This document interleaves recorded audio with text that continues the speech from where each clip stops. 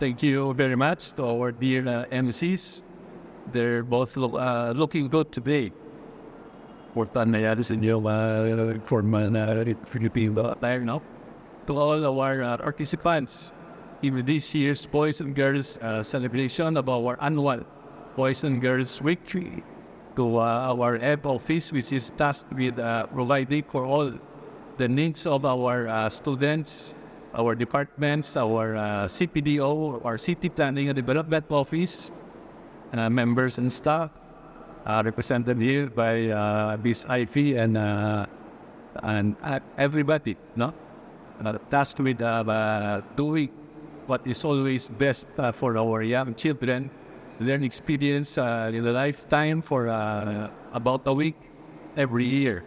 To all our counterparts from the national offices present here, again, we have the Bureau of Fire, and also have the GMP, and also have the PNP, and our ever-gracious partner from the Department of Education, Assistant Schools Division Superintendent, Doc Arlene Yap, and their staff, to all our department heads, to our employees who are also having their counterparts, and to our dear students, our dear 80 boys and girls participants in this year's celebration. Good morning to all of you. Look, as I was walking, I was going around the different tables wherein our children are seated, and we all had our pictures taken. I always try to ask them, how was your experience, your week-long experience? And you know, all of them replied, it was very, very fun-filled experience. But there was one table in the middle that they were looking all a little bit gloomy and sad. I asked them, why are you looking sad? And you know what they answered me? You know, this is our last day. We're supposed to be enjoying it. We hope that it can be extended. So they were a little bit sad because everything has to end, no? And today is our culmination program, signaling the end of our celebration. And you know what? They added, this is our, I asked them, musta ninyong pamaaw, how's your lunch? And you know what they answered me? This is our last supper. That Martin, you know, our young students are very, very witty, and yet they're very, very generous and very fortunate enough to have been chosen among the many to represent the different schools, including our 8 private schools who are presently participating in this year's celebration. You know, for so many years that we have been celebrating this, you know, I find this group to be the most joyous group. Every time I get to meet them as a group, they're quite cheerful and they're very happy. No? So you can really see in their faces, maybe it's not only their sense of innocence, but what they really are enjoying is the the experience that you are being given attention, you are being pampered. I'm jokingly telling them every day, dapat pag-untat na to, nagpadlagpat ang buyanyo because you're always being fed, you are being given all that you need instead of being inside the classroom. But you know, all good things must come to an end. So next week, you will be going back to your respective classrooms, respective schools, with the thought and the experience that you have been treated differently among the many. Well, it's a worthwhile experience. Wherein tanagsalan makabot sa inyo. It's not only because you were elected as boy and girl officials or you were appointed to different positions, but the mere thought that you among the different students in your respective student councils or governments have been chosen to participate and even be somebody else for even more than a week or more. And the other night, I was called by the LYDO group that there were some youngsters there in Batayan Park in the Octagon, and they invited me if I could join them, but I told them I already took my dinner and very sleepy na. And I asked them after the event, what happened? The way libre lang kunugas, kanta. They were all given a chance. Those who would wish to grab a microphone can readily sing. And you know what they gave me as a feedback? There were lots of students who had good, not only voices, but can really sing that well, no?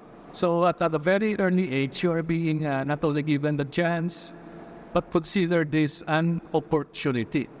Government is always tasked with providing services, but I always believe that government is the prime mover for giving opportunities to its populace.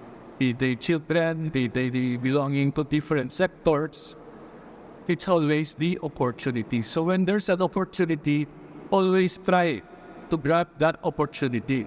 For you to be able to fulfill that opportunity, you must have that desire within you. If it is for a lasting period of time, always make sure that the passion within you will always be aflame, no? So that you will never get tired of fulfilling whatever is being entrusted to you, no? So we really are very much happy that our young children have really enjoyed their experience. And as what I have told you during our many times that I had been speaking in front of you, consider this as a very, very nice opportunity. And this is also a training venue for you. Is indeed your path will lead you to leadership profession in the future. When you say leadership, it does not always pertain to leadership in government parlance. You would always be leaders in your respective communities, in your respective fields of endeavor, or even within your family. You could be very good leaders, but you must always try to understand what's going on around you. You have to understand all the many situations which you, in your very tender age, are facing nowadays for you to be able to plan out your present life. And also for you to be able to live your future. No? So it's always a worthwhile experience, and you are given that opportunity. You have been afforded by a local government unit to be members of this year's Boys and Girls Celebration. And I guess there will still be some more for many 4 hour, and you will again be invited in different aspects of not only day-to-day life, but also pertaining to the present issues which are besetting our young people of today, especially our dear students. This is my fourth engagement this morning. At this very early hour, I have been talking to various of groups already, and I always try to emphasize that we all have to play a very important part in the development of our community, starting from our very own or with our very own respective family. I'd like to repeat this. I already told our young students something about this. You could always see in the early morning news in the television that the Philippines is being considered as the bullying capital of the world. So you can just imagine that of all the many countries and of all the many people around the world, it is our country, it is us who is being touted as the bullying capital of the world. So something's wrong within our system. We've already passed Senate and Congress has already passed so many laws pertaining to anti-bullying, but the fact remains that it is still persisting within us now. So we have to do something about it. And I always try to suggest, why not try within your own household? Maybe if you have young children, young grandchildren, always try to not really scold, but try to inform your bigger child who is trying to take advantage of the smaller one. Try to talk some sense into them for them to be able to understand that what they are doing is not really good, no? Because as young as they are, as innocent as they may be, when they try to grow up, if nobody tells them what is right from what is wrong, they will carry that habit and they will in turn become adolescent or maybe even grown up bullies. No? So maybe earlier in life, you could really try to instill into the minds of your young children, your nephews, your nieces, to really try to respect each other. No? So that is one of the common problems which is besetting our community. We really have been facing so many social problems which really eats up the national budget, even the provincial and the local budgets, and we are talking about problems already committed. So a lot of the bulk of our funds is being spent on rehabilitation. Why not try to look for programs which really will delve more on prevention? No? So let us all be working together in all sectors of our life, in all facets of life, to really look into the consideration of being good educators as well, or teachers. We could be teachers in our own civil way. And the same goes true with our young students. Be good students, be good listeners, be good followers, and always be obedient to your elders. We really have to bring back GMRC, good manners and right conduct. Our school and our family must be tasked with trying to inculcate into the minds of our children what is right from what is wrong, and rather to instill in them the right family values. So let us all be together in that endeavor.